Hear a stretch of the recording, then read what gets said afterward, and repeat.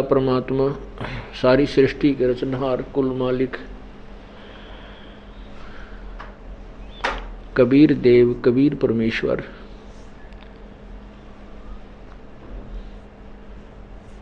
हम काल जाल में फंसी हुई अनजान आत्माओं को समझाने के लिए स्वयं ही यहाँ आते हैं और अपने यथार्थ ज्ञान को स्वयं ही आकर के समझाते हैं। जो काल भगवान अर्थात इस ज्योति निरंजन काल ब्रह्म के द्वारा जो तत्व ज्ञान छुपा दिया गया होता है, ये स्वयं को ही अपने आप को प्रभु सिद्ध कर बैठा होता है। अपने अनुभवहीन ऋषियों और महर्षियों के द्वारा उनके अपने अनुभव की पुस्तकें रचवा करके पूरे मानव समाज को ये भ्रमित करा चुका होता है।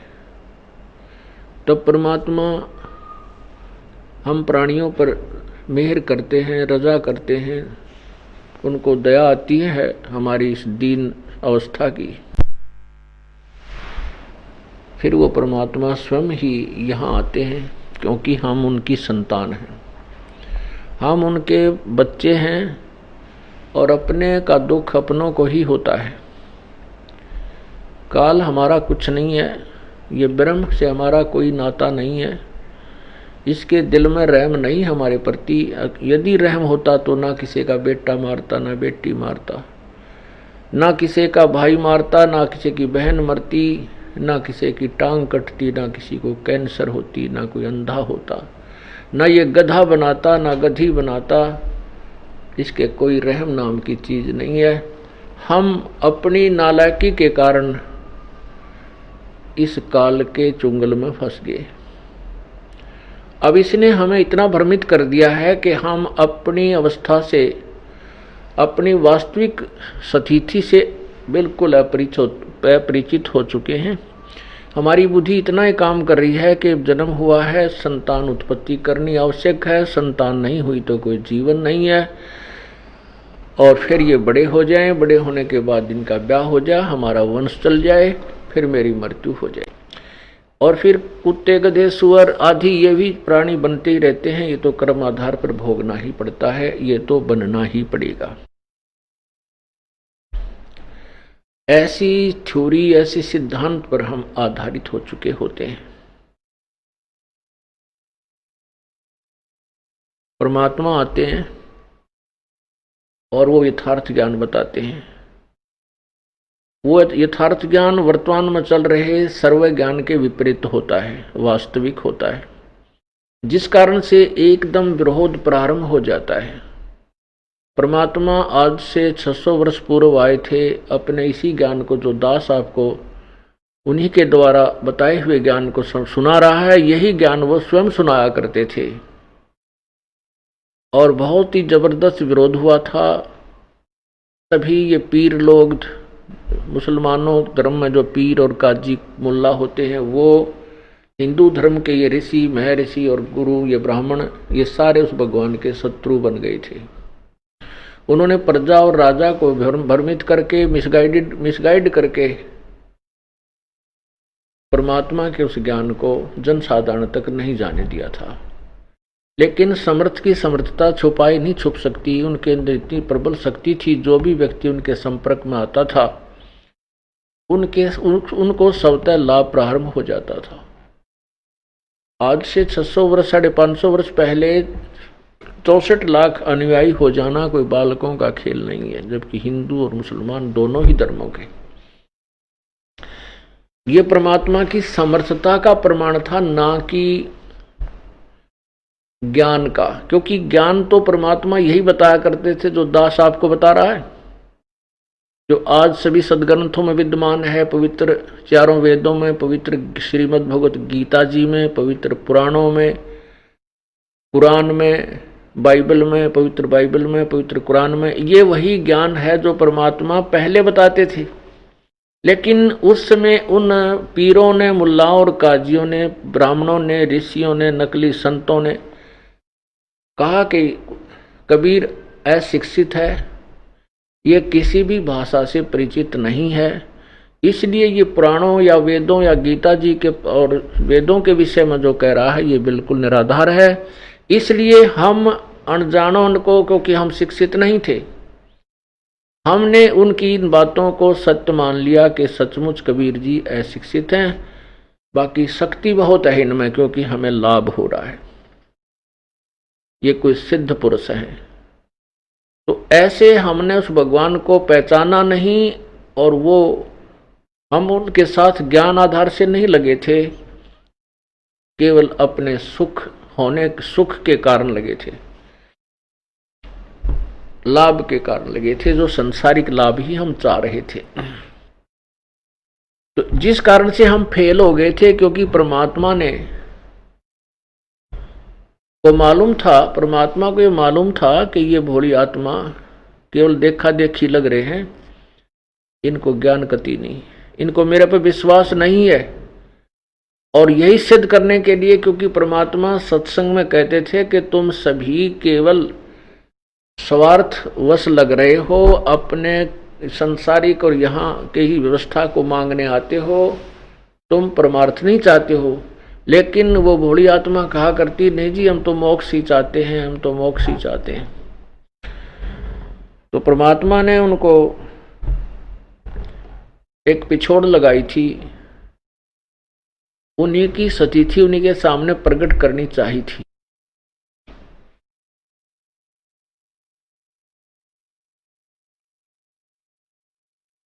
तो उस समय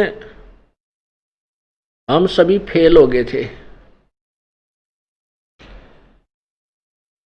उसके बाद हम परमात्मा के संपर्क में नहीं रहे, लेकिन वो दयालु इतने हैं, उस समय आकर के उन 64 लाख शिष्यों को भक्ति युक्त कर गए, उनको रिचार्ज करके चले गए, जिस कारण से उनके अभी तक मनुष्य जन्म होते हुए आ रहे हैं। और अब ये भक्ति काल शुरू हो गया, अब ये भक्ति युग शुरू हो गया है। वही पुण्यात्मा अब इस भक्ति काल में अब आ रलेंगे, अब मिल जाएंगे। कुछ का जन्म हो चुका है, कुछ का अब हो रहा है। आप लोगों के बच्चों के रूप में, संतान के रूप में पुण्यात्मा आ रही हैं, जिनके पूर्व संस्कार बहुत अच्छे होंगे, और आपके बच्चों की तरफ से आप निश्चिंत हो जाओगे, उनको कोई कष्ट नहीं होगा। बचपन से ही उनको भगवान की भक्ति प्राप्त हो जाएगी, और वो पुण्यात्मा अपना मोक्ष कराएंगे। परमेश्वर कबीर जी की शक्ति से प्रभावित होकर के प्रभु के 64 लाख शिष्य हो गए थे। परमात्मा ने ये देखना चाहा कि ये मेरे विचारों को से कितने परिचित हैं, इनके अंदर कोई दृढ़ता भी है, जो ये बोलते हैं कि हम तो मोक्ष चाहते हैं, हम आपके अतिरिक्त किसी को नहीं चाहते हैं, आप हमारे परमात्मा हो, आपसे हमें वो सुख मिले हैं जो हमें कहीं पर भी प्राप्त नहीं हुए थे। ये ऊपरले मन से कह रहे हैं, या इनके अंदर भी कोई स्थान है। ये परीक्षा लेने के लिए परमात्मा ने, कबीर परमेश्वर ने एक लीला की थी। अपने प्रिय भक्त, प्रिय शिष्य रविदास जी से कहा कि आप मेरा सहयोग दें, मेरे साथ रहें। सब कहानी उनको बता दी थी पहले। परमात्मा ने एक हाथी किराए पर लिया 1 दिन के लिए।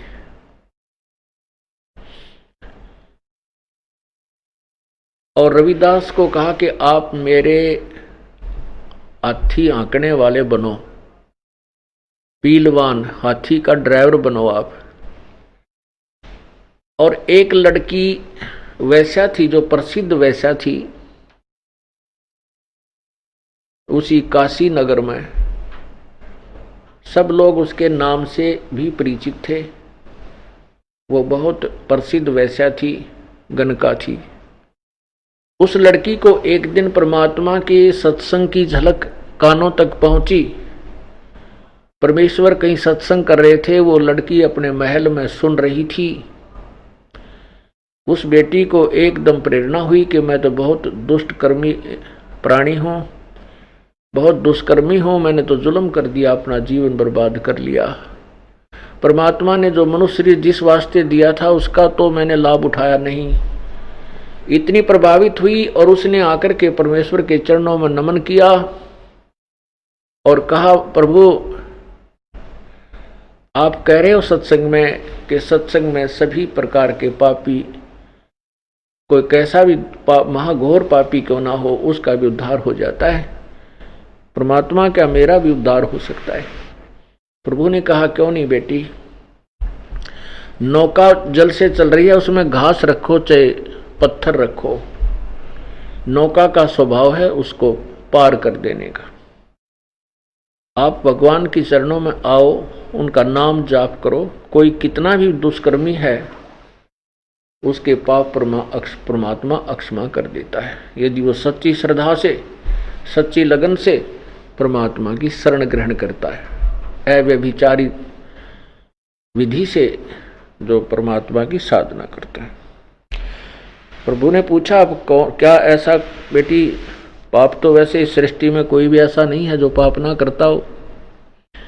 वो पुण्यात्मा है जो अपने पापों को पहचान करके दुखी हो जाते हैं। आप क्या काम करते हैं? तब उसने बताया, भगवान मैं ऐसे ऐसे गणिका हूं और मैंने आपकी अमृतवाणी सुनी प्रभु, मैं बहुत प्रभावित हो गई हूं। तब प्रभु ने कहा, बेटा अपना जीवन सफल कर, बुराई त्याग दे और भक्ति कर। तो उसने भक्ति करना शुरू किया और प्रभु ने कहा, बेटी सत्संग में आया कर, सत्संग में आने से आपको ज्ञान होगा और ज्ञान ही आपको रोक पाएगा। तो वो सत्संग में आने लग गई। वो लड़की सत्संग में आने लगी तो वो प्रसिद्ध थी, एक दूसरे तीसरे सब भक्तों से एक दूसरे को सुन करके सुरसुर होने लगी कि ये तो गंदी औरत है, ये सत्संग में आती है, अच्छी बात नहीं है, लोग क्या कहेंगे, गुरुजी की बदनामी होएगी। तो वो जो पुराने शिष्य थे, वह बहन बेटियां और भाई कहने लगे, उस लड़की को धमकाने लगे, उसको बार बार परेशान करने लगे कि तू मत आकर सत्संग में, यहाँ पर तेरे कारण हमारी बदनामी होती है, गुरुजी बदनाम हो जाएंगे, ऐसे ऐसे। उस लड़की ने परमात्मा से प्रार्थना की, प्रभु सचमुच में वास्तव में तो बहुत बदनाम औरत हूँ, बहुत गंदी हूँ, इसमें कोई शक नहीं परमात्मा, लेकिन आपके वचनों से मुझे कुछ धैर्य हुआ था कि पापी भी पार हो सकते हैं। ऐसे कहकर वो बहुत बुरी तरह रोने लगी। तो प्रभु ने पूछा, बेटी बात बता क्या है? परमात्मा ने कहा, उस लड़की ने कहा कि प्रभु ऐसे ऐसे कुछ भक्त, कुछ बहन मेरे साथ ऐसे ऐसे व्यवहार करती हैं और कहती है तू गंदी औरत है, या मत आया कर।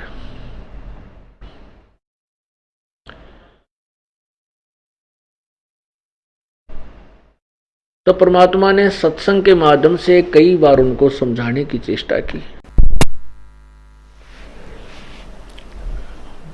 क्या कहते हैं, भाई कुष्टी होवे संत बंदगी कीजिए, हो वैश्या के विश्वास चरण चित दीजिए। परमात्मा कहा करते, यदि भक्त कोढ़ी भी हो और सत्संग में आ गया है, चाहे वो कोढ़ी है, कितना ही भयंकर, कोढ़ से बूंदा रोग नहीं होता जिसमें माखी बन के और उसका चाम मांस कट कट गिरता होता है। कहते ऐसा भी कोई भक्त नाम ले रखा है, उससे भी आप नफरत मत कीजिए। और हो वैश्या के विश्वास चरण चित दीजिए। यदि किसी गणका भी शरण में लगी हुई है, प्रभु की दृढ़ता से विश्वास के साथ वो भक्ति कर रही है, उसको भी आप आदर की दृष्टि से देखना और आम बहन भाई की तरह उसको प्रणाम करना, सच्चाई बोलना। क्योंकि सत्संग में अगर नहीं आएंगे तो विकार कैसे छूटेंगे, अपनी कमजोरियों का पता कैसे लगेगा, निर्मल कैसे होंगे। यदि हम सरोवर में जल में कपड़े को भिगोएंगे ही नहीं, उसमें डालेंगे ही नहीं, डालने देंगे ही नहीं, तो उसका मैल कैसे छूटेगा। परमात्मा समझाया करते थे।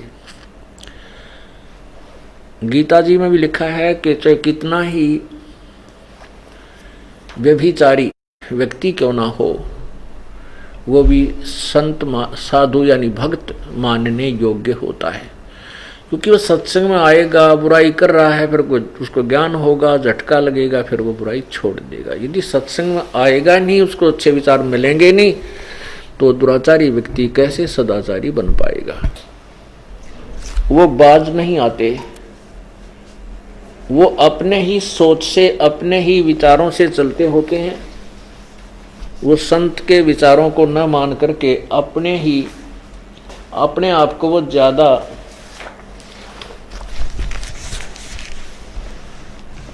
चतुर समझदार मान बैठे होते हैं, जिससे सत्संग की मर्यादा समाप्त हो जाती है।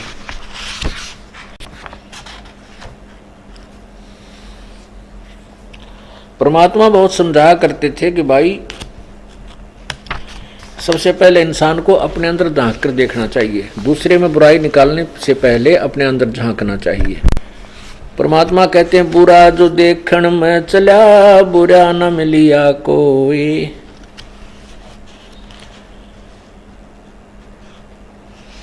जब मन खोजा अपना, तो मुझसे बुरा ना कोई।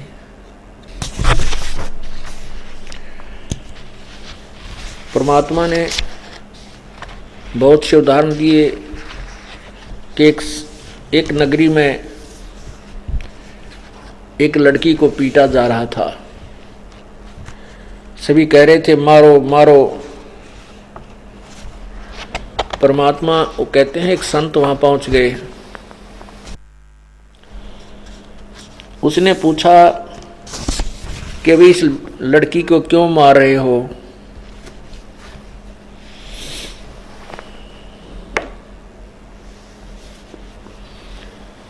तो उन्होंने बताया कि ये बहुत नीच है, उल्टा है, इसने सारे नगर का माहौल खराब कर दिया है। संत ने कहा ठीक है बेटा, ये ऐसे निकम्मे प्राणी को तो अवश्य पीटना चाहिए और भगा देना चाहिए, पर सुनो मैं बताता हूं इसको कैसे सजा दी जाएगी ताकि इसको अच्छा सबक मिले।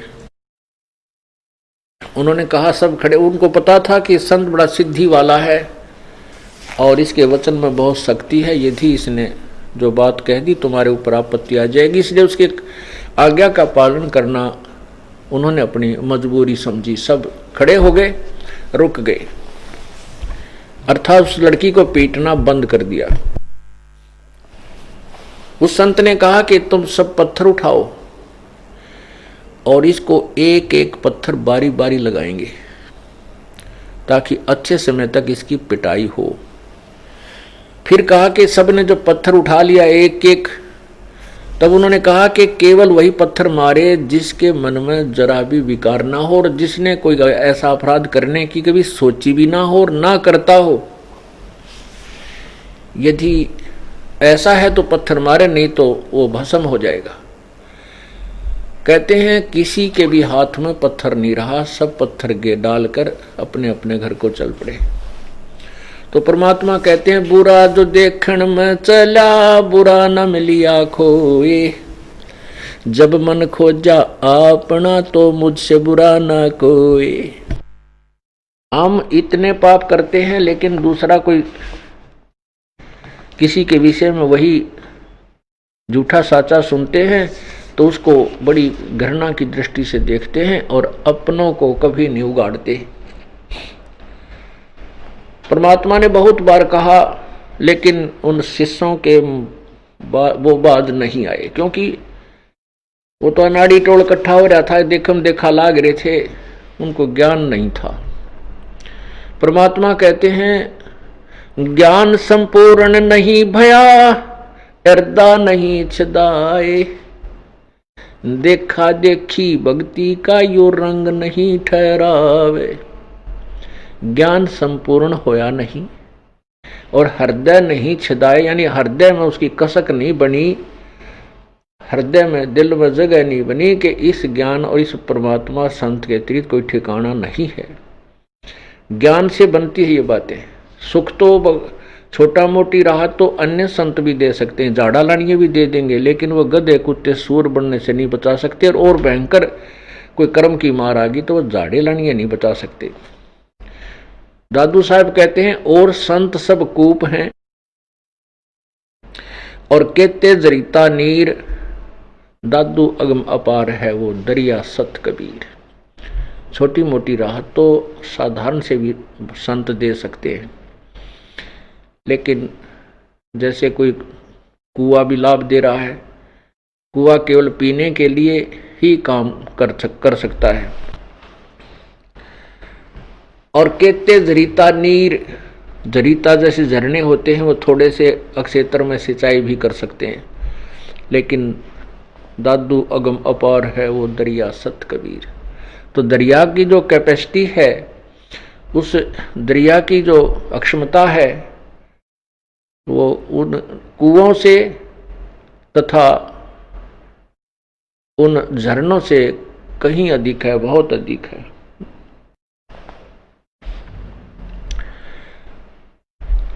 इस प्रकार परमात्मा ने सोचा कि ये सारे सुर कर रहे हैं। परमात्मा उस लड़की को मैं तो अच्छा देते थे, बेटी तू अपना भक्ति कर, इनकी मत सुन, तुझे कोई कहता है तो मुझे बता। लेकिन वो पुण्यात्मा थी, वो किसी व्यक्ति विशेष का नाम नहीं लेती थी, कहती थी कोई सभी ऐसे बोलते हैं, कोई भी मुझसे जो है ना श्रद्धा यानी सद्भावना से नहीं पेश आ रहा। तो परमात्मा कहते तो आया कर बेटा, घबराना नहीं। तो प्रभु ने कहा, तो वहां प्रभु ने देखा कि ये सब चलो इनके मन में जो दोष है, क्योंकि कुछ एक ऐसे भी दुष्ट आत्मा होते हैं परमात्मा में भी दोष निकालने लग गए थे। तो परमात्मा ने सोचा कि ला इनकी आज सारी ये ऐंठ काट दूं। तो रविदास जी से कहा कि रविदास एक हाथी किराए पकड़ लिया एक दिन का, और आप मेरे पीलवान बनो, हाथी के ड्राइवर बनो। और उस लड़की से कहा बेटी कल तू अपने सुंदर गहने पहन के, सारे हार श्रृंगार करके, सब तरह की टिक्की बिंदी ला के और हमारे साथ आना, अपने जो सारे श्रृंगार करना। तो उसने कहा ठीक है पिताजी, जैसे आप आज्ञा दोगे, आपकी बेटी आपका शरीर। तो उसने लड़की ने अपना सब श्रृंगार किया, परमात्मा के पास पहुंच गई उनकी झोपड़ी पे। वहां एक हाथी ला रखा था। परमात्मा ने एक गंगा जल भर लिया बोतल में, शीशी में, लड़की को हाथी के बीच में बैठा लिया। रविदास जी आगे हाथी को ड्राइव कर रहे थे और परमात्मा पीछे बैठ गए। लड़की के कंधे पर हाथ रख कर और एक हाथ में वह बोतल जो गंगा जल भर रखी थी, उस शीशी को मुंह का लगा हुआ, ऐसे शराबियों वाली एक्टिंग कर रहे हैं, और लड़की के कंधे पर हाथ उन्होंने रखा हुआ है। और वो सुप्रसिद्ध वैश्या, और कहा रविदास जी को बता दिया कि उस अच्छे भीड़ वाले बाजार में अगर निकालना अपनी सवारी को, तो काशी के उस बाजार में से निकाल दिया जो जहां बहुत भीड़ लगी होती थी। जो भी देख रहा था वही कह रहा था ले भाई वो कबीर है वहां, हम तो पहले ही कहा करते थे कि वहां ऐसे होता है ऐसे होता है, ले आज यह सामने आप पर प्रकट होगी। तो शराबी कवाबी आदमी है कबीर, तो ये देखो शराब पी रहा है। और उस वैश्या के को साथ लिए फिर रहा है। अब वो जो बगैर नाम वाले थे, जो परमात्मा के शिष्य नहीं थे, वो परमात्मा के शिष्यों को लाओ पकड़ पकड़ के कि आ जाओ दिखाऊं तुम्हारे गुरु की के काले कारनामे, ये देखो वो क्या कर रखा, शराब पीवर वैश्या को साथ लिए सरेआम घूम रहा है, इसने ये नहीं मालूम इतनी दारू पी रखी आज तो इसको ये नहीं पता तू कहाँ घूम रहा है। अब जो नकली शिष्य थे वो कहने लगे, कुछ एक ने तो वहीं कह दिया कि मैं ना था इनका शिष्य, मैं तो वैसे जाता था। कुछ एक ने कहा कि मुझे तो फलाना लेके जाया करता, मैं तो उसकी शर्म में जाया करता। कहने का भाव ये है 64 लाख के 64 लाख शिष्य अब अपने कर्म बिगाड़ के भगवान को ना पहचाना और भगवान में से दूर हो गए। कुछ एक पुण्यात्मा ऐसी थी जिनको ये ज्ञान था, परमात्मा का सत्संग सुन रखा था कि गुरु की बुराई ना करनी चाहिए, तो उन्होंने बुराई नहीं की परमात्मा की, लेकिन विमुख जरूर हो गए, भक्ति त्याग दी, उनके पास जाना बंद कर दिया, लेकिन गुरु की बुराई नहीं की। तो वो व्यक्ति इतना लाभ उठा गए कि उनको मनुष्य जन्म मिलते रहे, वो क्रेडिट भक्ति का रह गया। और जिन्होंने अपने मुख से भी गुरुदेव की बुराई कर दी कि सचमुच तो निकम्मा था, हमने तो पता नहीं था, तो उनकी भक्ति पर सारी पर क्रॉस लग गया, कांटा लग गया, खत्म हो गई। तो उनमें से उन 64 लाख में से जो ऐसे बच गए उनको मनुष्य जन्म मिलता हुआ आ रहा है। अब वो फिर परमात्मा प्राप्ति कर लेंगे, लेकिन वो कष्ट बहुत उठा लिया। क्या कितने मनुष्य जन्म हो गए उस दौरान 500-600 साल में, और कितने कितने कष्ट दुख। तो परमात्मा कहते हैं सतगुर विमुखा युग युग रोवे।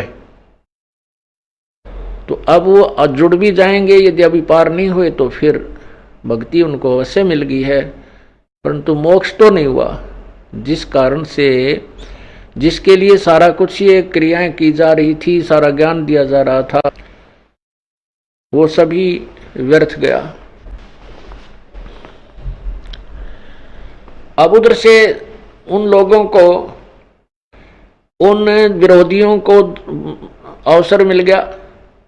सारे मुल्ला और काजी और साथ में ब्राह्मण, नकली गुरु, संत लेकर अपने सब समर्थकों को और भी दुनिया को भ्रमित करके और पहुंच गए कहाँ, वीर देव सिंह बघेल के दरबार में। और वहां उस दिन सिकंदर लोधी दिल्ली का राजा भी आया हुआ था, दिल्ली का बादशाह। अब वीर देव सिंह बघेल जो था वो तो एक अक्षत्रिय नरेश था और वो दिल्ली के बादशाह के अंतर्गत आता था। जैसे छोटी छोटी स्टेट होती थी, रियासत, उनके राजा और दिल्ली के राजा के अधीन होती थी, पराधीन होते थे। ऐसे परमात्मा ने भी वो दिन देखा कि आज सिकंदर लोधी भी आया हुआ है, इनकी सबकी फड़क निकल जाएगी।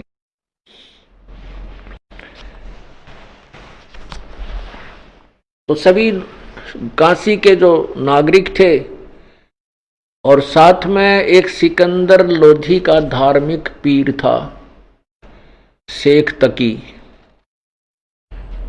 वो भी परमात्मा से ईर्ष्या रखता था। और उस धार्मिक पीर शेख तकी से सिकंदर लोधी जो दिल्ली का बादशाह था वो बहुत डरता था, उससे प्रभावित था कि सभी मुसलमान समाज इस शेख तकी की बात को मानता है, यदि ये मेरे से रुष्ट हो गया तो मेरे राज्य को खतरा हो सकता है। सभी काशी की नागरिक कई हजारों की संख्या में जब वहां पहुंचे तो सिकंदर लोधी ने पूछा कि क्या कारण है, किस कारण से आप ऐसे नाराज हैं, क्या बात होगी। तो उनको सब बात बताएगी, सब कहानी से परिचित कराया गया। तो कहा कबीर साहब, सिकंदर लोधी ने कहा कि लाओ उस कबीर को पकड़ के।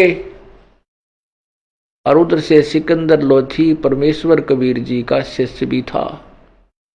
सिकंदर लोधी के जलन का रोग भी परमात्मा ने ठीक किया था, जो किसी से भी उनका ट्रीटमेंट नहीं हुआ था, किसी से कोई समाधान नहीं बन पाया था, ना हिंदू मुस्लिम संतों से, ना मुसलमान पीरों से।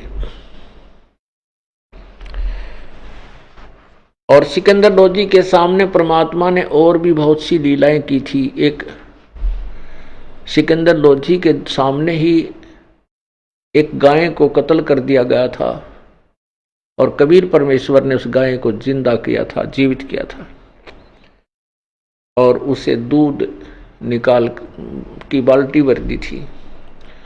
एक कमाल नाम के लड़के को जो नहर में, दरिया में बहता हुआ आ रहा था, उसको जीवित किया था, जो बहुत दिनों से 1-2 दिन का मृतक था। शेख तकी की लड़की कमाली को परमात्मा ने कब्र से निकाल कर जीवित किया हुआ था।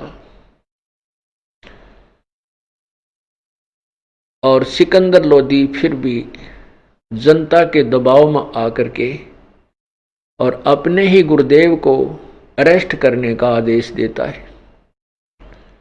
हम इतने कर्महीन हैं, हम इतने ज्ञानहीन थे कि हम भगवान को नहीं पहचान सके, केवल अपना राज्य ही दिखाई दिया। उसने सोचा कि जनता नाराज होगी तो तेरा राज चला जाएगा। उस नालायक को यह नहीं पता था जब भगवान रुष्ट हो गया तो तू कहीं का भी नहीं रहेगा। और राज्य तो भगवान के हाथ में होता है। सिकंदर लोधी ने कहा कि लाओ उसको पकड़ के। अब जनता के अंदर नंबर बनाने के लिए उस नालायक सिकंदर लोधी ने, अब जनता कहीं तेरे से रुष्ट ना हो जाए, अपने हाथों से हथकड़ी लगाई, अपने हाथों से गल में तोक डाल दी। एक भारी बेल होती है वजनदार, इन्हों गर्दन भी मुश्किल से उठे, और पैरों में बेड़ी बांध लगा दी, अपने हाथों चाबी से बंद किया। और सभी सिकंदर वो शेख तकी और अन्य नागरिक कहने लगे, वो गुरु लोग, पीर लोग जो परमात्मा से के शत्रु बने हुए थे, कहने लगे इसको दरिया में डबो दो, ज्यों का त्यों, हथकड़ी टुकड़ी बांधे बूंदे उसके वहां डाल दो, दरिया के गंगा के मझधार में डाल दो, बीच में ले जा करके। अंत में यही फैसला फाइनल हुआ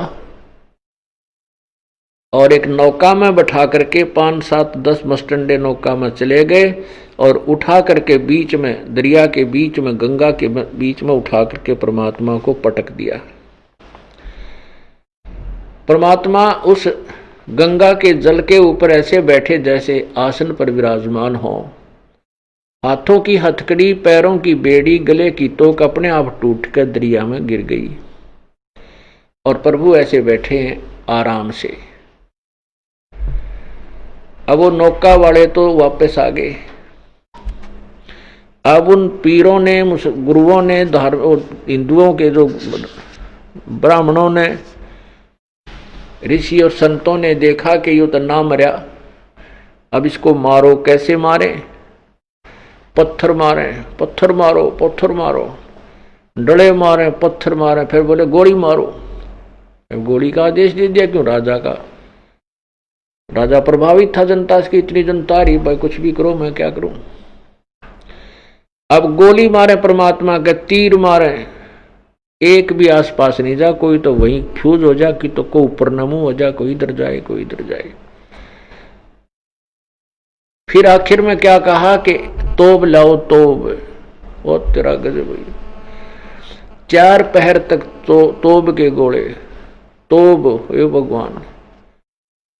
तोब का गोला तो बड़े बड़े किला न ढा के घेर दे। 4 पहर यानी 12 घंटे। ओहो।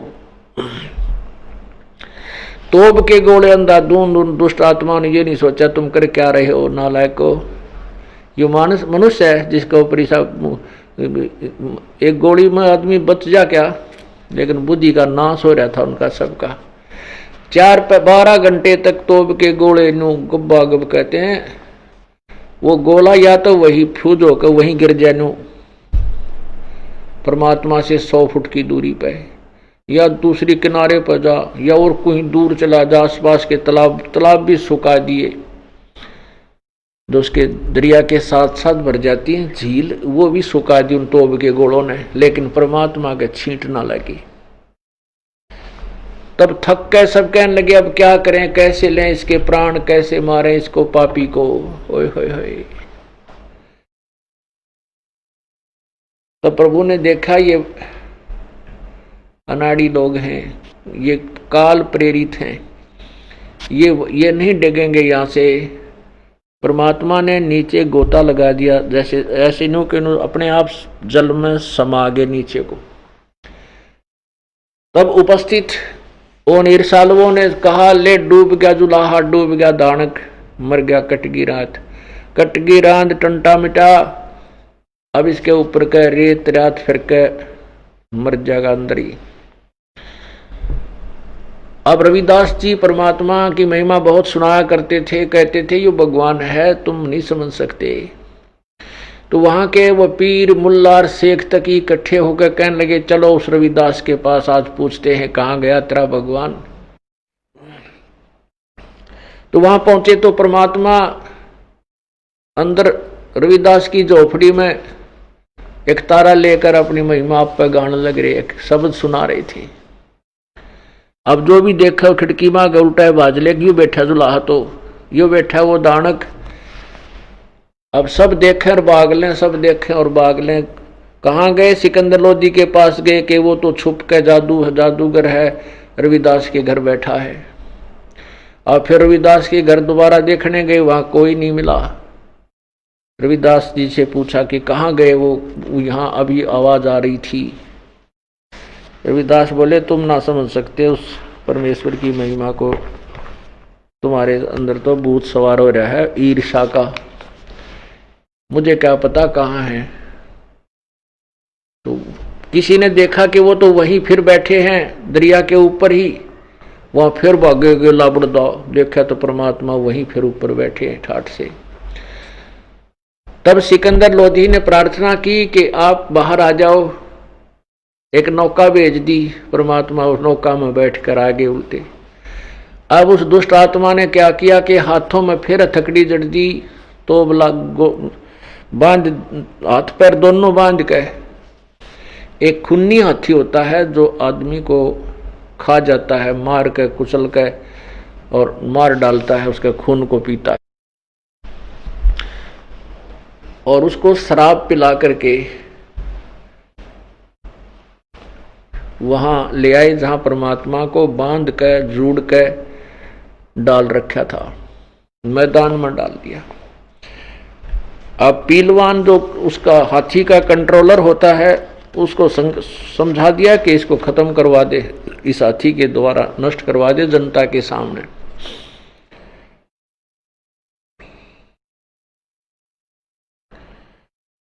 अब पीलवान जब हाथी को लेकर चला तो हाथी बड़ी स्पीड से परमात्मा की तरफ चला।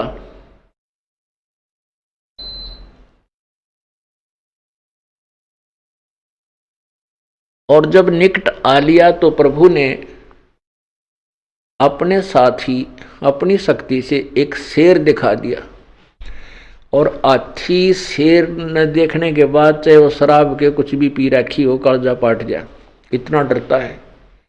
जब परमात्मा ने दिखाया कि केरी शेर परमात्मा के पास खड़ा है ऐसे, तो हाथी उल्टा हो लिया, पीछे न मुड़ा। वो पीलवान अपनी नौकरी के डर का मारा तुझे सजा मिलेगी, उसका अंकुश ठोक के बाले ठोक कर उसको वापस लाना चाहे, लेकिन हाथी देखकर फिर चिंगाड़ मारा, लीद कर बिगन तार दिया, वापस बाज दिया।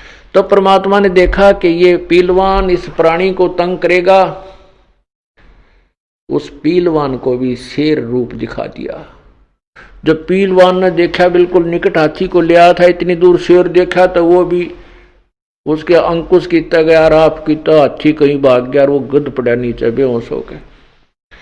तब परमात्मा ने सिकंदर लोधी जो एक मचान पर बैठा था, थोड़ा दूरी पर एक अलग स्थान बना रखा था राजा और उसके अंगरक्षकों और मंत्रियों के बैठने का। जब ऐसी सजा दी जाती थी जनता के सामने, तो राजा भी उपस्थित होता था। जब राजा ने देखा परमात्मा के पास एक शेर खड़ा है, अब राजा का भी कड़जा कांप गया, ये शेर तो भाई एक ही झटके मार लेगा तेरे पास, उसको उसी की तरफ दृष्टि देखी कि जैसे छलांग लगाने वाला है। और फिर परमात्मा ने अपना तेजों में शरीर दिखा, हथकड़ी टूट गई अब पे और खड़े हो गए भगवान।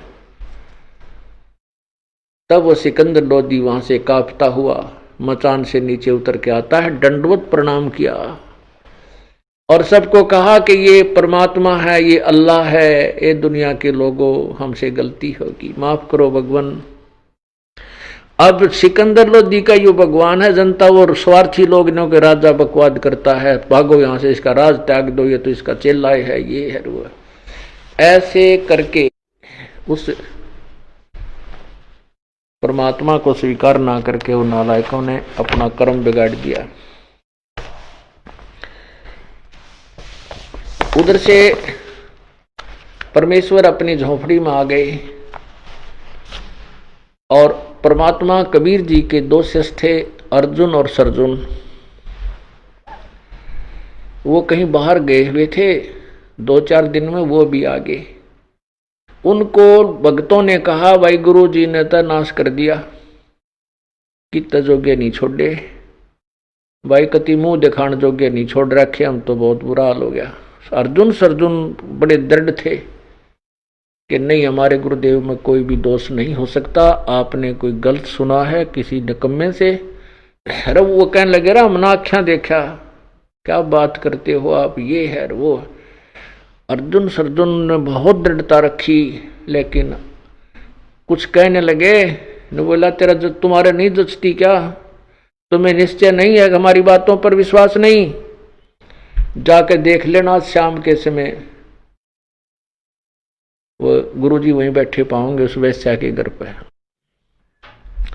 तो वो शाम को 4 बजे से दोनों वहां पहुंचे, कबीर परमात्मा उस वैश्या के द्वार पे, और परमात्मा बैठे थे चारपाई पे और लड़की बैठी नीचे, और उसके घुटनों पर परमात्मा के पैर, वो पैर दबा रही थी।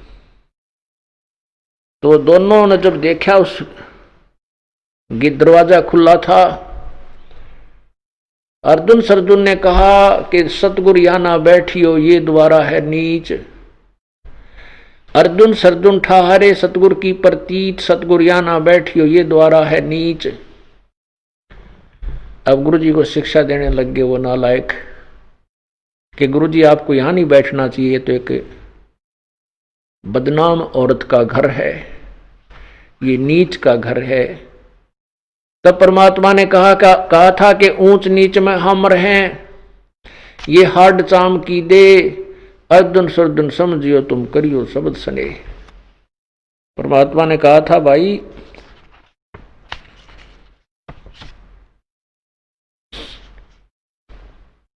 हम तो सर्वव्यापक हैं, आज कोई ऊंच बना है नीच बना है, सभी मेरी ही आत्माएं हैं। मेरी आत्मा, मेरा जो लगाव इन सभी के साथ समान है। कोई गधा बना है, पशु बना है, पक्षी बना है, ये सब हैं तो मेरे ही बच्चे, तो मैंने तो सभी का उद्धार करना है। और ऊंच नीच कैसे वर्णन करोगे, हाडचाम की तुम्हारा शरीर, हाडचाम का इस लड़की का शरीर, तुम्हारे अंदर दुष्टता है, तुम्हारे अंदर यकीन नहीं है, इसमें भी विश्वास है, तो हम विश्वास के पास हैं। और तुम अपना कर्म बनाओ, नाला को कर्म मत बिगाड़ो, अपनी भक्ति करो जो हमने तुम्हें उपदेश दे रखा है। तो मुझे शिक्षा देने आए हो, तुम तो मेरे गुरु हो गए, फिर शिष्य कहाँ रहे।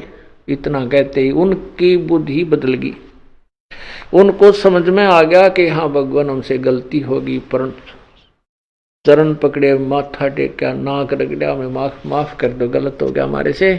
हमने अन्य भक्तों के कहने से हमारे मन में भी दोष आ गया। परमात्मा बोला, भाई आ गया तो आ गया, मैं क्या करूं, परीक्षा में तुम फेल हो गए। तब उनको इतना ज्ञान समझ में आ गया कि हे भगवान, हे परमात्मा, हमें पार करो, हम पापी आत्मा है, हमसे गलती हो गई है। परमात्मा बोले, अब तुम्हारे मन में दोष आ चुका है, अब तुम कितनी बात बना लो, अब तुम मुझ पर वो विश्वास नहीं कर सकते जो पहले था। कहते हैं, रहीमन धागा प्रेम का मत तोड़ो चटकाए, और टूटे से फिर नहीं मिले, मिले तो गांठ पड़ जावे। तो बेटा अब तुम्हारे और हमारे बीच में गांठ पड़गी, और अब तुम मुझे उतना उच्च नहीं मान सकते, क्योंकि आपने मुझे इस वैश्या के पास आंखों देख लिया। तुम अपने दोष में, अपने विकारों में इतने ग्रस्त हो कि आप मुझे अपने ही तराजू से तोलते हो, जो वेरी डिफेक्टिव है। और ये सत्य है। अब तुम्हारा इस शरीर से उद्धार नहीं हो सकता, तुम बेशक बात बढ़ाओ। फिर चरणों में पड़ गए परमात्मा, हमारा फिर कब उद्धार होगा? ये प्रभु कहने लगा फिर हम कभी फिर चक्कर लगाएंगे, फिर उस समय तुम्हारा मनुष्य शरीर होगा तो तुम्हारी बात बनेगी। उन्होंने फिर आग्रह किया, हे प्रभु फिर ना जाने मनुष्य जन्म हो या ना हो, और मनुष्य जन्म हो तो ये ज्ञान मिला नहीं। हे प्रभु आपके दासों का इसी शरीर में कल्याण हो, हम दुष्टों पर इतना रहम जरूर कर दो मेरे प्रभु। दयालु थे, उन्होंने कहा भाई ठीक है। कुछ समय उपरांत मैं वहां हरियाणा के अंदर दिल्ली से 30 मील पश्चिम की ओर किसी गांव में आऊंगा, वहां मेरी आत्मा आई हुई होगी और मैं उसको अपनी यथार्थ भक्ति से परिचित करा के उपदेश देने का आदेश दूंगा। आप उनसे उपदेश लेना तो मोक्ष अधिकारी बने रहोगे। तो उन्होंने कहा प्रभु हम तो, हमारा 25-30 साल की आयु होगी है, अब आप कब आओगे कि पता नहीं भाई, 100 वर्ष लग जाए, 150 लग जाए, 200 वर्ष हो जाए। उन्होंने कहा आपके दास कैसे जीवित रह सकेंगे? परमात्मा बोले ये मेरा काम है, तुम जीवित रहोगे या ना रहोगे, मैंने जो कहा वो हो जाएगा। तो परमात्मा फिर संत गरीबदास जी को छुड़ानी में मिले,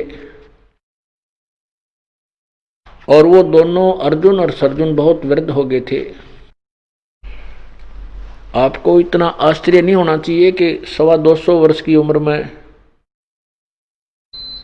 वो कैसे जीवित रहे होंगे। पहले आयु 800, 800, 900 वर्ष, तो पुराना इतिहास देख लो, बहुत से जो भक्त साधु संतों का आपको इतिहास मिल जाएगा। तो ऐसे परमात्मा चाहे तो हजारों वर्ष, लाखों वर्ष जीवित रख सकता है। ये उसी का बनाया हुआ, मिट्टी से 5 तत्वों से बनाया हुआ का पुतला है, उसी की कृपा से ये न जाने कितने वर्षों तक रह सकता है। तो ऐसा ही हुआ, वो दोनों के दोनों अर्जुन और सर्जुन बहुत वृद्ध हो गए थे। तो उन्होंने दिल्ली से 30 मील के आसपास पश्चिम में, वो हमायूपुर गांव है खरखोदा के पास, उस गांव में रहने लग गए। परमात्मा ने कहा था कि जब मैं प्रकट होऊंगा, आऊंगा तो तुम्हें दर्शन किसी ना किसी कारण से मैसेज भेजूंगा। तो उनको जब गरीबदास जी 10 वर्ष के हुए, परमात्मा उनको मिले और उनको नाम देने का आदेश दे दिया, अपना सतलोक दिखा करके। उसी रात जब परमात्मा जिस दिन गरीबदास जी को मिले थे और सतलोक से वापस लाके छोड़ा था, उसी रात्रि में उनको भी दर्शन दिए अर्जुन सर्जुन को, और कहा भी मेरी प्यारी आत्मा छुड़ानी में आ चुकी है और मैंने उसको आदेश दे दिया है और मैं वहां आकर जा चुका हूं, आप वहां उसके पास जाओ। छुड़ानी में गरीबदास नाम का बच्चा है और वो उसके माता पिता का नाम ऐसे ऐसे है। तो स्वप्न में उन दोनों को एक जैसा स्वप्न आया। तब एक ने, अर्जुन ने कहा सर्जुन से कि सर्जुन आज मुझे भगवान दिखाई दिए थे उसी स्वरूप में। उन्होंने कहा है कि यहाँ कोई छुड़ानी गांव है, छुड़ानी गांव में एक बलराम के घर पर एक लड़का उत्पन्न हुआ है, वो 10 वर्ष का हो चुका है, उसको मैं आकर के आदेश दे चुका हूं। तो सर्जुन ने कहा कि यही ज्यों का त्यों संदेश मुझे मिला है प्रभु का। फिर दो भक्त उनकी सेवा किया करता था, जिसके घर वह रुके हुए थे, उस पुण्यात्मा के, उसने उनसे पूछा कि वो यहाँ कोई छुड़ानी गांव है आपके आसपास? तब उस व्यक्ति ने कहा, जी पता करता हूं, मैं परिचित नहीं हूं उस गांव से। तो उसमें ये ब्राह्मण और नाई ये नगर नगर गांव गांव में जाते थे रिश्ते आदि करने के लिए। तो उनको तकरीबन सभी गांवों का ज्ञान होता था। उनसे पूछा तो उन्होंने बताया कि ऐसे ऐसे एक छुड़ानी गांव है बहादुरगढ़ से पर दूसरी साइड में, और वो वहाँ है, वो छोटा सा गांव है। तो उन दोनों अर्जुन सरजुन ने अपने उस सेवक से कहा कि बेटा आपने हमारे ऊपर बहुत रहम किया है, हमारी बहुत सेवा की है, एक अंतिम सेवा और कर दे कि हमें किसी प्रकार वहां उस गांव में भिजवा दे, छुड़ानी में छोड़ा। उस व्यक्ति ने अपना एक गाड़ी का छोटी गाड़ी यानी रेडू का रेडू, वो छोटा सा होता है, 2-4 फुट चौड़ा, 3-5 फुट लंबा, वो तैयार किया। उसमें दोनों बैठाए जोटा बोगी टाइप से, और उसमें अपने बैल जोड़ के उन दोनों को लेकर के वहां पहुंचा। वहां पता किया तो मिल गए। तो वो गरीबदास जी से उन्होंने उपदेश लिया और अपना अधिकार बनाया, अधिकारी बने। फिर वो 6 महीने वहीं रहे, वहीं शरीर छोड़ दिया उन्होंने। छुड़ानी के अंदर उनकी वो यादगार भी बना रखी थी, अब तो तोड़ ताड़ दी बाद में। तो हम वहां जाते थे, वो लोग बताया करते थे कि यहाँ अर्जुन सरजुन की समाधि बना रखी थी, यादगार बना रखी थी, वो तुड़वा दी किसी संत ने। तो इस प्रकार अब तो आपको वाणी सुनाते हैं परमात्मा की। फिर गणका के संग चले सीसी बरी शराबे, गरीबदास उस पुरी में जुल्हा भया खराबे। तारी बाजी पूरी में बेस्ट जुलदी नीचे, गरीबदास गणका सजी ही 2 संतों के बीच। क्योंकि वहां हथेली बजाने लगे, तारी पिटन लगे लोग। अब देखो ये गणका वैसा इन संतों के बीच में सज धज कर बैठी है। गावत बैन विलास पद गंगा जल पीवंत, गरीबदास भी बल बहे मतवाले घूमत। बड़ुआ बड़ुआ सब कहे कोई न जाने खोज, गरीबदास कबीर करम वो बाटे सिर का बोझ। सभी उस परमात्मा को बड़ुआ बड़ुआ, गंदा आदमी, नकम्मा, भ्रष्ट है, ये तो दुराचारी है, ऐसे कह रहे हैं। और उसकी वास्तविकता को कोई नहीं समझ रहा कि दास गरीब कबीर करम।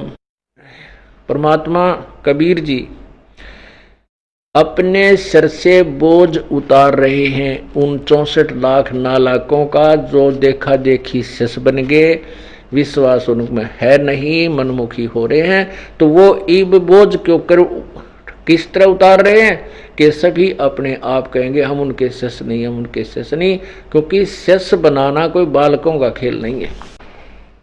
परमात्मा कहते हैं गुरु गलतियों होते हैं, नानक जे है पंथ, और फिट जनीति संत की जो साकट शिष करंत। कहते हैं उस संत की मां को भी लानत है, क्यों ऐसे निकम्मे को जन्म दिया कि जो साकट शिष्य बनाता है। साकट का अर्थ है जो नाम ले फिर बुराई करें जा, और उसको पता हो कि ये बुराई भी करते हैं, लेकिन वो लालच में कि तेरे को पूजा मिलती है, आते रहेंगे, कुछ भी करते रहें, तो ऊपर से कुछ कहता रहे, अंदर से उनको करड़ा नहीं करे। तो ऐसे कहते हैं वो फिर गुरु गलत हो जाते हैं, उनको हानि होती है। तो जो शिष्य पार नहीं होंगे और गलती कर रहे हैं, फिर भी वो अपने शिष्य मान रहा है, तो उस पे भार बन जाता है, उसको दोष लगता है। तो परमात्मा अपने सिर से उन 64 लाख बीमारी को पटक रहे थे, उस वजन को, और दुनिया उनको कह रहे थे बड़ुआ बड़ुआ सब कहें कोई न जाने खोज, गरीबदास कबीर करम वो बाटत सिर का बोझ। देखो गण का संग लई कैत कौम छती से, गरीबदास इस जुलहिद का दर्शन आन हदीस। 36 कौम अर्थात सर्व जाति के व्यक्ति कह रहे हैं कि देखो इसने वैश्या को साथ ले रखा है, कैसा निकम्मा है, दुष्ट है, फलान है, और इसका तो दर्शन भी नहीं करना चाहिए, लोग इनके शिष्य बने हुए हैं। शाह सिकंदर को सुनी भ्रष्ट हुए दो संत, गरीबदास चारों वर्ण उठ लागे सब पंथ। 4 वर्ण 6 आश्रम दोनों दिन खुशाल, गरीबदास हिंदू तुर्क पड़ा सैर गल जाल। शाह सिकंदर कह गए सुन कबले जहाँ अरदास, गरीबदास तलबा हुई वो पकड़े दोनों दास। कहो कबीर ये क्या किया गणकालीनी संग, गरीबदास भूले भक्ति ये पड़ा भजन में भंग। सिकंदर लोधी परमात्मा को बोला कि आपने ये क्या किया,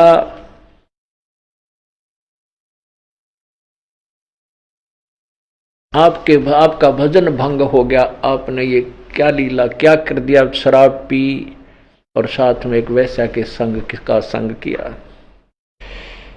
कहो कबीर ये क्या किया गणकालीनी संग, गरीबदास भूले भक्ति तेरे पड़ा भजन में भंग।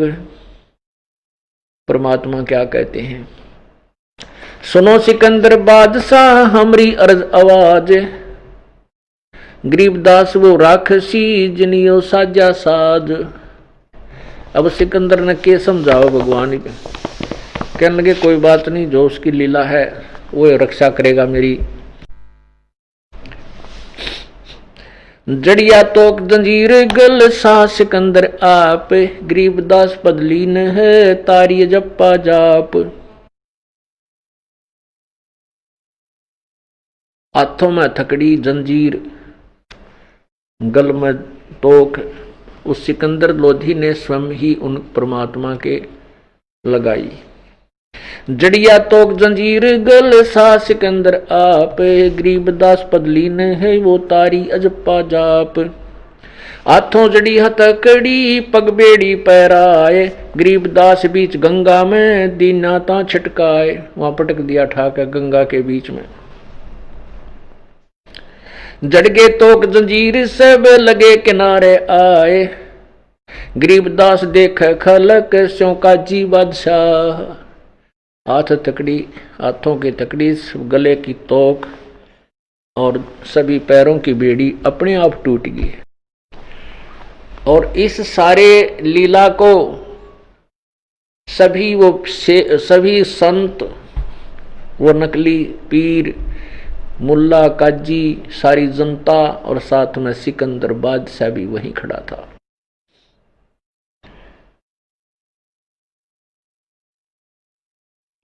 जड़ गए तोक जंजीर सब वो लगे किनारे आए, गरीबदास देख खलक स्यों बाजी सत स्यों काजी बादशाह। नीचे नीचे गंगा जल ऊपर आसन थीर, गरीबदास डूबे नहीं बैठे अधर कबीर। यो अचरज कैसा भया ये देखें दोनों दीन, गरीबदास का जी कहें इसने बांध दिया जलसीन। अब वो नकली आदमी क्या कहते हैं, वो काजी कहते इस जादू जंत्र करके इसने जल को बांध दिया, इसलिए ये ऊपर बैठा है। तुम बांध दो न, पढ़ो निष्का मान निकम्यो दुनिया न बकारे, तुम बंद हो बैठ, तुम भी बराबर में बैठो ना जाके। जब माना तो कुछ तो है, शक्ति है तभी तो परमात्मा है, पर शक्ति नहीं तो भगवान कौन माने।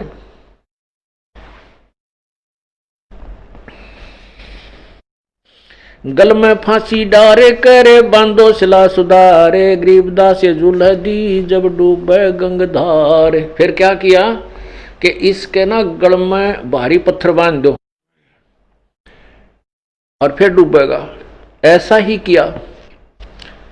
परमात्मा किनारे के आसपास आ गए, फिर उनको पकड़, उनको नाच नचाना था नालायकों को, फिर परमात्मा के गढ़ में भारा पत्थर बांध दिए नो रस्सियां तर सारे शरीर का, और जाकर वहां गंगा के बीच में फिर डाल दिया।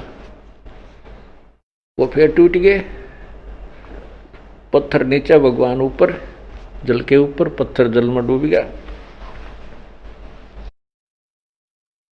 गल में फांसी डारे करे बांधो सिला सुधारे, गरीबदास ये जुल्हदी जब डूबे गंगधार। शिला धरी जब नाव में बांधी गले कबीर, गरीबदास पंध टूटे के ना डूबे जल नीर। पंध टूट गए वह फिर परमात्मा नहीं डूबे उस जल में। चली शिला साहक और को देखत कसी ख्याल, गरीबदास कबीर का आसन अदर हमाल। तीर बाण गोले चले, तीर बाण गोली चले तोप रैकले सोरे। तीर बाण गोली चले तोप रैकलो सोरे, गरीबदास उजल जुल्हदी के गई एक नहीं ओरे। गोली छुटे, तोप चला दी, तीर मारे, उस परमात्मा की तरफ एक भी नहीं गई, नहीं एक भी उसकी तरफ नहीं गई।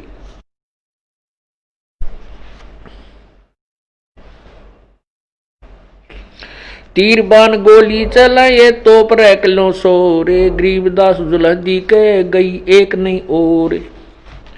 अदरदार गोले बहे, अदरदार गोले बहे ये जल के बीच गभाक। जैसे केवल कितनी सिंपल लैंग्वेज प्रयोग की है कि जैसे बालक डले मारा करते नो पानी में, और वो गभाक की आवाज करते हैं नो डला गभाक देसी बोला। तो यहाँ उसी लैंग्वेज में कह रहे हैं कि गोले ऊपर त आवर जल में ऐसे पड़े जैसे डले गभाक देसी पड़ते हैं, और वो शांत हो जाते हैं। अदरधार गोले बहे ये जल के बीच गभाक, गरीबदास उस जुल्धी पर, गरीबदास उस जुल्हाए पर ये छूटे शस्त्र लाख। कितनी तरफ से दुष्ट आत्मा आक्रमण कर रहे थे, पर परमात्मा का वो कुछ नहीं बिगाड़ सके। तोप रैकले सब चले ये तीर बाण कमान, गरीबदास उस जुल्हदी वह जुल्हदी जल में रहा अमान। अदरधार अपार गति जल पर लगी समाद, गरीबदास निज पद ब्रह्म पद खेले आदि अनादि। जुल्म हुआ बूढ़े नहीं शस्त्र लगे ना बाण, गरीबदास इब कौन गति कैसे ले प्राण। अब वो सारे अपने डिस्कस कर रहे हैं कि इसने कैसे मारा, ये मरता है को नहीं, सारे तरीके अपना लिए।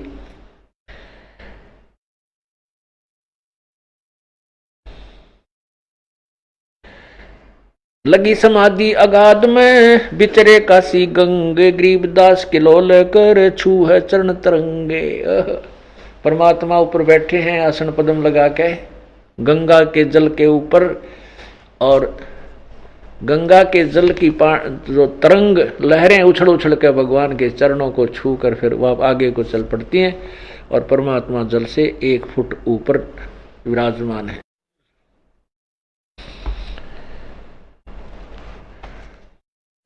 चार पैर गोले बगे दमकी मुल्क मैदान, गरीबदास पोखर सोके रहे कबीर अमाने। चार पहर गोले चले और आसपास के सब धमाके आते हैं, सब कुछ घबरा गया, और पोखर आसपास की जो झील थी वह भी सूख गई उन गोलों के गिरने से। लेकिन कबीर परमात्मा जो के तो रहे, सुरक्षित रहे, उनकी तरफ एक भी कोई घातक शस्त्र नहीं गया। अपनी करनी सब करी ये था के दोनों दीन, गरीबदास अब जुल्हदी बैठ गए जलमीन। परमात्मा जब वो थक लिए ना, सारे विचार कर क्यों कर मारा इसने, ये तो मरता ही नहीं, अपने आप जमीन के वो जल में नीचे चले गए।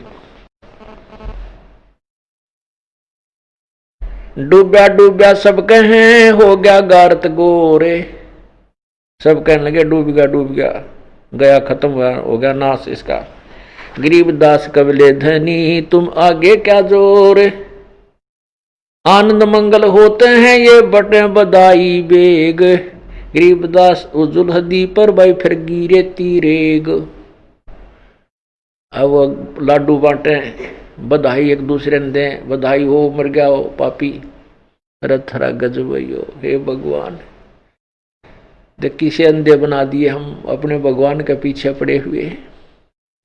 इन काल के प्रेरित प्राणियों ने, ऋषियों ने, संतों ने, मुल्लाओं ने, काजियों ने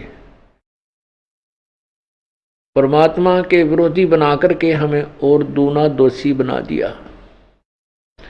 अपने पिता का हम पीछे पड़े हुए हैं और काल के पाले में खड़े होकर के हम पत्थर मार रहे हैं। जो हमें यहाँ बचाने आए हैं, जो हमें अपना यथार्थ ज्ञान बताने आए हैं, हम उन्हीं के पीछे पड़े हुए हैं। दे हमारे कितने खोटे बाग।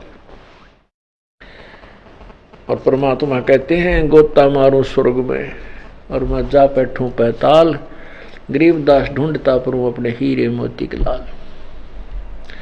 मैं रोवत हूँ सृष्टि को, ये सृष्टि रोवे मोहे। गरीबदास मारे वियोग को हो समझ न सकता कोई।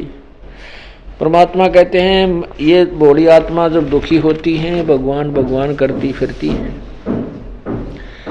ये मुझे ढूंढ रही है, रो रही है, क्योंकि जिन भगवानों की पूजा करते हैं वो इनको लाभ नहीं दे सकते, इनके संकट को निवारण नहीं कर सकते।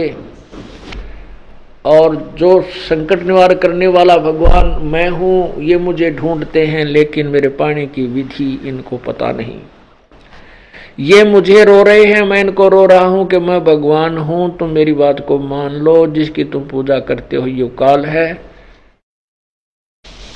और इसका बहुत ही भयंकर ये जाल है जिसमें तुम कष्ट उठा रहे हो। पर ये मेरी मानते नहीं एक बात को। तो इस वियोग को, हमारे एक दूसरे को जो विमुख हो गए हम, इसने कौन समझावे? इसको कौन खत्म करे? उसका विधि भी बताई है कि तत्वदर्शी संत करेगा, क्योंकि स्वयं परमात्मा आए नहीं माने। अब ये दास भेजा ये बताने के लिए कबीर परमात्मा था और है और रहेगा। आपके मानने ना मानने से उसका अस्तित्व समाप्त नहीं हो सकता। मानोगे तो आपका भला है, ना मानोगे तो वो तो भगवान है ही, पर आप लाभ से वंचित रह जाओगे। तो इसलिए उस परमात्मा ने इस दास को भेजा है और सब सदग्रंथों के प्रमाण आपके समझ रखवा दिए कि 600 साल पहले भगवान ये बात बताया करते जो आज ये दास आपको सदग्रंथों में दिखा रहा है। तो इसे सिद्ध है कि परमात्मा सर्वज्ञ है, वो पूर्ण परमात्मा है। वो पहले से इन वेदों और ग्रंथों को जानते थे। बेशक वो संस्कृत भाषा ना, अक्षर ज्ञान बेशक नहीं था उनको। अक्षर ज्ञान अलग चीज है और तत्व ज्ञान ये अलग वस्तु है। आध्यात्मिक तत्व ज्ञान ये वास्तविक ज्ञान है। अक्षर ज्ञान तो किसी ने एक भाषा का है, किसी ने 2 का होगा, 3 का हो जाएगा, फिर भी भाषाएं बहुत रह जाती हैं। तो वो सर्वज्ञ नहीं हो सकता, वो महर्षि नहीं हो सकता।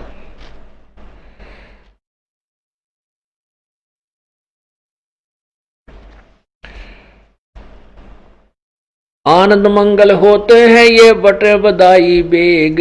गरीबदास उस जुलहदी पर भाई फिर गिरे तीरेग। खुशी मना रहे हैं, लाडू बाटे, बधाई दे, एक दूसरे को मर गया। अब उसके ऊपर रेत, गंगा के जल में डूब गया, उसके ऊपर रेत फिर जाएगा, गारा चढ़ जाएगी उसके ऊपर, वो क्या नष्ट ढूंढे तो भी ना पावे।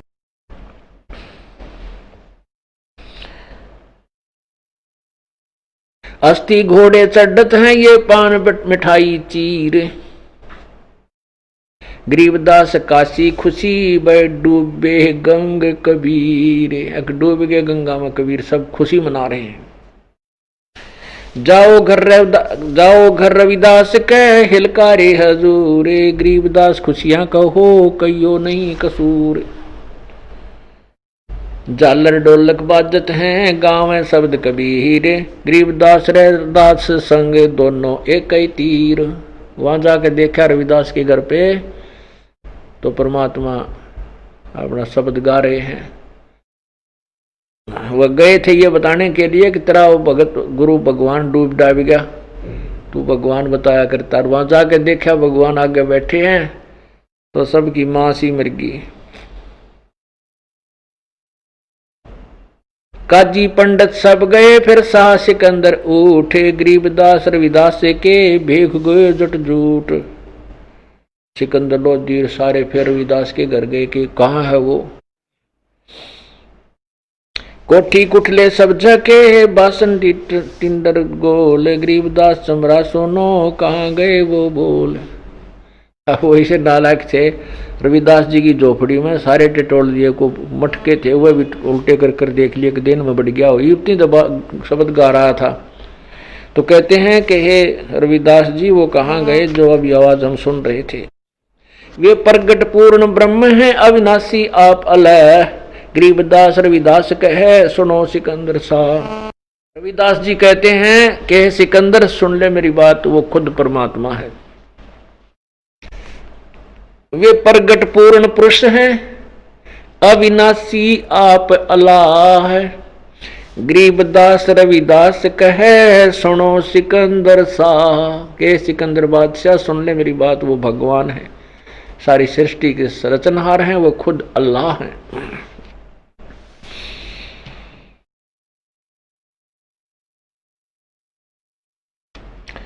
सूरजमुखी शोभा न सर खिले फूल गुलजार, गरीबदास का जी पंडित करता सा पुकार।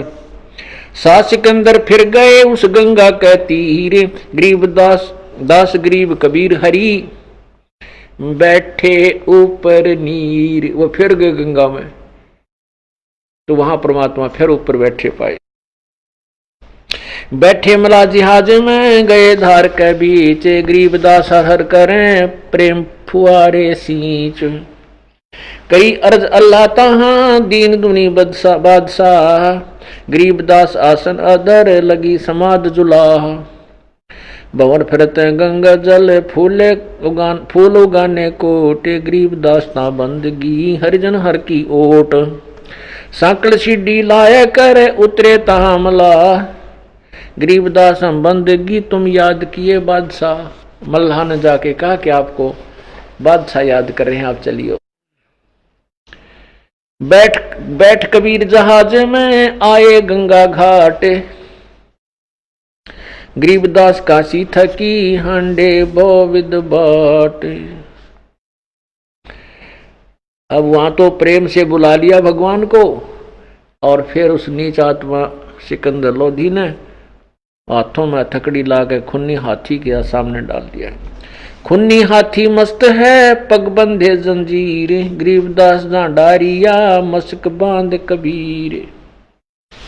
मस्क बांध के गोला लाठी दे के, गोला लाठी कैसे होती थी, ऐसे हाथ बांध दे पैर बांध दे, और हाथों के ये हाथ इन पैरों के घुटनों के नीचे जो जगह होती है यहाँ लाकर एक डंडा दे देते,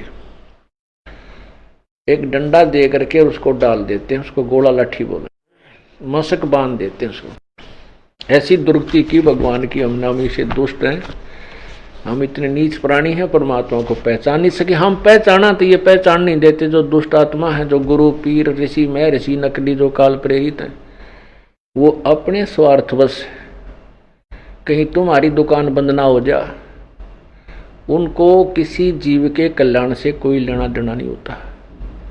उनको अपनी महिमा और अपनी दुकान बरकरार रखनी होती है, वही इस मानव समाज के सबसे बड़े शत्रु होते हैं। और वही दशा आज चल रही है। जितना भगवान को दुखी करा था, अभी तो इतना हमारा नंबर भी ना आया है, लेकिन अब इतना अंतर रह जाएगा क्योंकि हम सब शिक्षित हो गए, सदग्रंथ हमारे पास हैं, तो उन पाप आत्माओं की दाढ़ी गले को नहीं। ठीक है, छोटे मोटे आंधी तूफान तो आई जाते हैं फसल में, पर परमात्मा साथ है, बाग बगीचा न्यू का न्यू बचा लिया अपना। अब भी उन्होंने यही कोशिश की थी और कर ही रहे हैं, लेकिन ईब उनकी पार बसावे को ना। हम परमात्मा के पूर्व लीलाओं से परिचित हैं, ज्ञान से अच्छी तरह हम के इस ज्ञान को और प्रभावित हैं, इसलिए हम ईब मार खा नहीं सकते। अब मार खा गए तो फिर हमने बचाने वाला इस युग में तो आएगा नहीं। तो इसलिए ये ज्ञान, ये लीलाएं आपको समझाई जाती हैं कि ये फाउल पॉइंट्स हैं। हमने अपने परमात्मा पर पूर्ण विश्वास होना चाहिए, क्योंकि हम स्वयं यहाँ देख रहे हैं, हम उनकी क्रियाओं से परिचित हैं। एक जनसाधारण यहाँ आया नहीं है, किसी से भ्रमित किया हुआ कुछ भी कह सकता है। आपके मन में उनकी बातों का प्रभाव नहीं होना चाहिए, फिर आप खरे हो।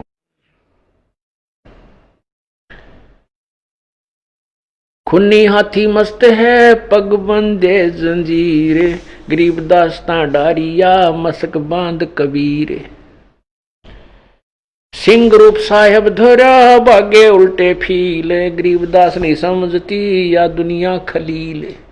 परमात्मा ने शेर का रूप धारण किया और हाथी को शेर रूप दिखा दिया, तो हाथी भाग गया। बने केहरी सिंह जीत चोर शिखर आसमान, गरीबदास हस्ती लख्या दिख नहीं जहान। केवल हाथी हाथी को दिखाई दिए शेर। कुटैशीस महावतम अंकुश सिर गरगाप, गरीबदास उल्टा भगे तारी दीजे थाप। बाले कुखों मारी है चरकी छूटे पाख, गरीबदास ने निकट जावे किल की देवे लाख। ये हाथी ने उसकी तरफ मारने के लिए भेजते हैं, बाहर खड़े हुआ भी उसका हाथी के बाले ठोकर चाल उल्टाए, लेकिन किल की मारे उसको प्रेरित करते हैं, लेकिन हाथी उधर नहीं जा रहा है, वापस ही भाग रहा है। कुखों में बाले, कुख बोलते हैं यहाँ हाथ, जैसे अगले पैरों के पास ऐसे पिछले पेट की साइड में कुख होती है, उड़ा बाले ठोके। बाले कुखों मारिए चरखी छूटे पाख, गरीबदास नहीं निकट जावे किल की देवे लाख।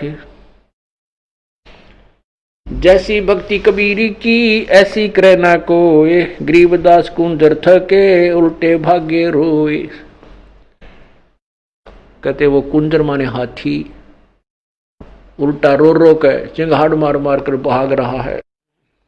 दुम गोवे मुंडी धुने सैन न समझे एक, गरीबदास दिखे नहीं आगे खड़ा अलेख।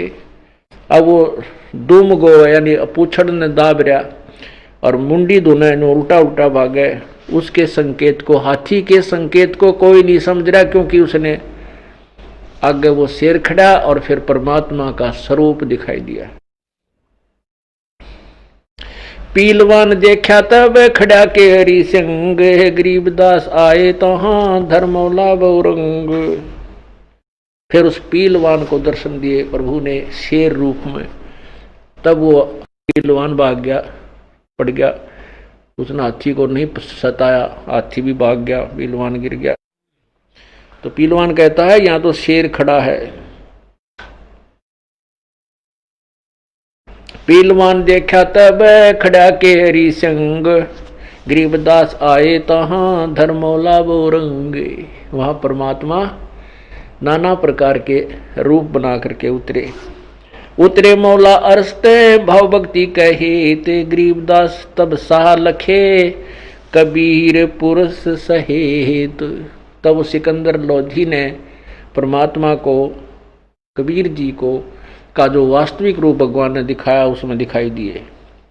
लीला की कबीर ने दो रूप, लीला की कबीर ने दो रूप मरे दी से, गरीबदास कबीर के पास खड़े जगदीश। दो रूप बना दिए मालिक ने, एक रूप में तो बंधे पड़े हैं और दूसरे में भगवान अल्लाह का रूप दिखाया। जम्भाइया अंगड़ाइया लंबे बे दयाल, गरीबदास उत्साह को मानो दर्शा काल। जैसे परमात्मा फिर वो खड़े हुए, वो बांध रखे थे, टूट के खड़े हो गए, अंगड़ाई जमाई लेकर ऐसे हुए तो इतने लंबे दिखाई दिए, आकाश के छुए हुए। घबरा गया सिकंदर लोधी। कोट चंद्र शशि भाने मुखे गिरद कुंड मुदुम लीले गरीबदास ताना टेके वो भाग गए रणफील नैन लाल भव पित हैं डूंगर नक पहाड़ गरीबदास उत्साह को सिंह रूप दीदार मस्तक शिखर स्वर्ग लग दीर्घ दे बिलंद गरीबदास री उतरे ये काटन जम के फंद। एक रूप में शेर रूप दिखाया, फिर स्वयं ही खड़े हुए, फिर दो रूप दिखाए शेर और परमात्मा का, फिर स्वयं ही खड़े हुए जो बांध रखे थे। और इतनी ऊंची देह होगी, बहुत ऊंची। मस्तिष्क शिखर स्वर्ग लग, परमात्मा का शरीर स्वर्ग तक दिखाई दिया माथा। और दीर्घ देह बुलंद गरीबदास हरि उतरे भाई काटन काल के फंद। जो नरसिंह प्रहलाद कह वह नरसिंह यूं वह नरसिंह एक गरीबदास हरि आइया ये राखण जन की टेक। बार बार सताए करे मस्तक लीना भारे गरीबदास सायों कहे मुझे बख्शो इब की बारे। वो सिकंदर बादशाह कहता है मुझे बख्श दे भगवान, इब का माफ कर दो, मुझे गलती होगी। तहां सिंह लौलीन हुआ परचा इब की बारे गरीबदास सायों कहे अल्लाह दिए दीदारे। सिकंदर कहता है कि मुझे तो भगवान दिखाई देंगे, ये भगवान है, अल्लाह है। सुन काशी के पंडितों, सिकंदर लोधी कहता है सुन काशी के पंडितों काजी मुल्ला पीरे गरीबदास इसके शरण लो ये अल्लाह अलख कबीर। बोलो सतगुरुदेव। ये कबीर अल्लाह है उतरे काशी धाम गरीबदास सिकंदर यूं कहे हम झगड़े मरे बेकाम। बोलो सतगुरुदेव की जय हो।